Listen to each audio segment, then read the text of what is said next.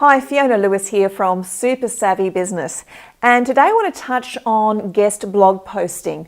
For those of you who are in my community, you will have heard me speak about the topic of guest blog posts earlier this year, when basically Google came out to say that guest blog posting is dead as far as a strategy for link building.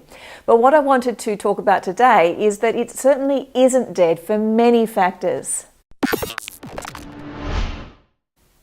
Whilst guest blog posting might not be as effective these days as far as a backlinking strategy, it's still an essential part of getting more exposure, getting more eyes on your content so that you can attract targeted traffic and therefore leads and sales. So it's something that I would like you to consider as far as your overall digital marketing strategy.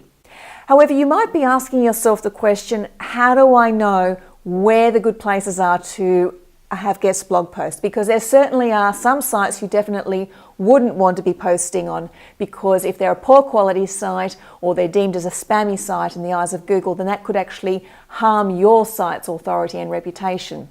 So I have some simple strategies and a bit of a checklist for you to go through in identifying the best places to get guest blog posts. Okay, so here's the 4 criteria you should be looking at. First of all, looking at authority. Now, the domain authority is something that's very easy to measure, and you can use a tool called Ahrefs. And this is a tool that will give you a clear understanding on where the authority of this site sits. The other thing you want to be thinking about is the traffic to that site. And you might ask yourself the question, well, how much traffic is enough traffic? The simple answer to that is, if this site gets more traffic than yours, then it's generally a good place to consider putting your guest blog posts. The other 2 criteria come down to social elements. So first of all, we're looking at reach. You want to know how far this content, this site has its reach. And you can have a look at individual blog posts and check the social shares. So in other words, how many likes or LinkedIn shares or tweets have gone out for posts on this particular site. The other thing to look at is engagement. So how engaged are their community? Because really you want to be attracting an engaged audience to your website. So check to see if there are blog comments on that blog. Are people getting involved? And perhaps even look at their social media channels.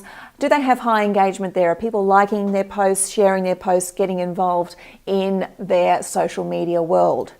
So these are 4 simple criteria that you can take into consideration when looking for places to put content as far as a guest blog posting is concerned. So if you can find sites that reach all of these 4 criteria, then I would be going for it.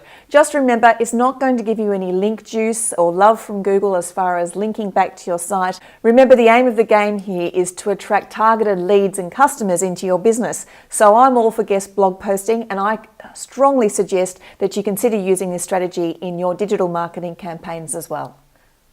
That's all we have for today. My name is Fiona Lewis from Super Savvy Business, and we will see you in the next update.